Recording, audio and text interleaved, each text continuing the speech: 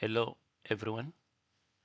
This video looks at the parliamentary petition. It helps to understand your right to petition parliament. What is a parliamentary petition? A parliamentary petition is a formal written request to parliament asking for intervention, action, or change on a matter within its authority. The key characteristics of a parliamentary petition are: it is directed to a legislative body like the National Assembly or Senate.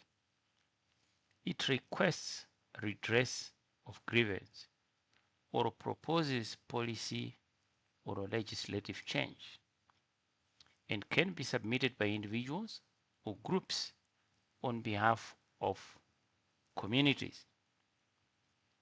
In Zimbabwe, for instance, the constitutional basis for a parliamentary petition is enshrined in Section 149 that guarantees every citizen and permanent resident the right to petition Parliament. Why petition Parliament? In fact, what are the benefits?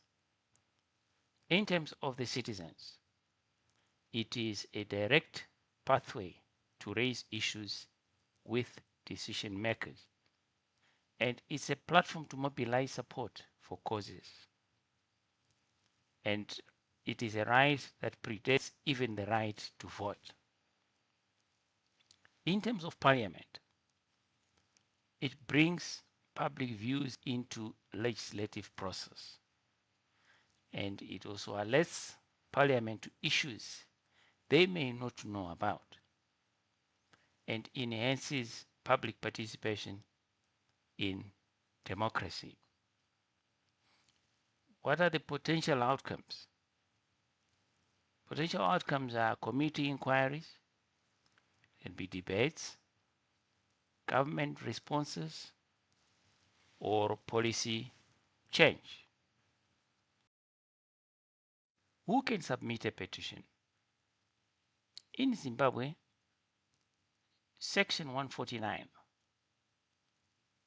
stipulates that every citizen of Zimbabwe can submit a petition, or every permanent resident legally in Zimbabwe, every permanent resident legally in Zimbabwe can submit a petition.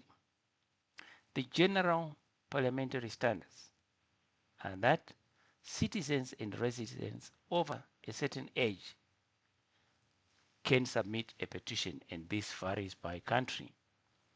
Some systems allow anyone, for example, the German Bundestag, and many allow children to submit proposals as well.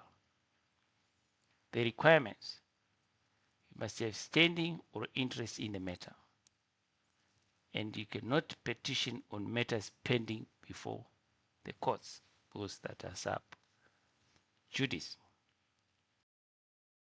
Types of petitions. 1. We have a private petition, which addresses personal grievance with specific issue.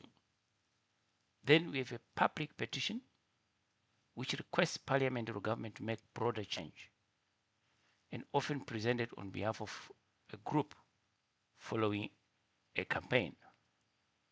Then the third is the legislative proposal, which is the citizens' initiative, which focuses on proposing new law or amending existing law. Some systems require full draft bill. What petitions can address is policy changes, legislation, government action, redress of grievances, and also matters within Parliament's authority. What petitions cannot address? Budgetary or tax matters in some systems. That is, or matters before the courts, or libelous or offensive content. How do you submit a petition? With respect to Zimbabwe, the submission methods are three. The first one is that you can submit in person at Parliament Building, that is in Mount Upton, or secondly, you can submit by post to the Clerk of Parliament, PO Box CY 298 Causeway, Harare, or thirdly, you can submit by email to the clerk at pauzim.gov.zw. And in terms of the timing, it can be any time when the clerk's office is open, that is from Monday to Friday, from 8 a.m. to 4:30 p.m. and also when Parliament is not dissolved. The form requirements, it should be in English or local language where accepted. It should also be respectful, using decorous language. The clear prayer stating the desired action, signatures with names, addresses, and ID numbers. The petition process, step by step. Step 1, the draft petition, which is a clear statement of grievance plus specific request, that is the prayer, as it were. Step 2, submit to clerk, whether in person, by post, or email. Step 3, the clerk reviews the petition within 7 days and checks compliance. Step 4, tabling. That is, the petition is forwarded to the Speaker for presentation in the House. Step 5, consideration. That is according to standing orders. Step 6, decision. The House decides action to take. That is it going to be an inquiry, a debate, or a referral? Step 7, notification. That is, the petitioner is notified within 15 days of the decision taken. Zimbabwe's simplified process. The response is expected within 21 working days. What happens after submission? Possible actions that Parliament can take. That is, in terms of the action and the description. Government response. That is, the minister or department provides written answer. Then if it is a committee inquiry, the relevant committee examines the issue. If it's going for parliamentary debate, the petition is discussed in plenary. The parliamentarians may request for a request for information, that is a query to the relevant body or organization, or a bill may be initiated where the committee may initiate legislation. Public hearing where petitioners are invited to present evidence, or it can be a referral which is sent to competent institution to resolve. And note that it's rare for petitions to lead directly to policy change, but debates or inquiries create parliamentary record.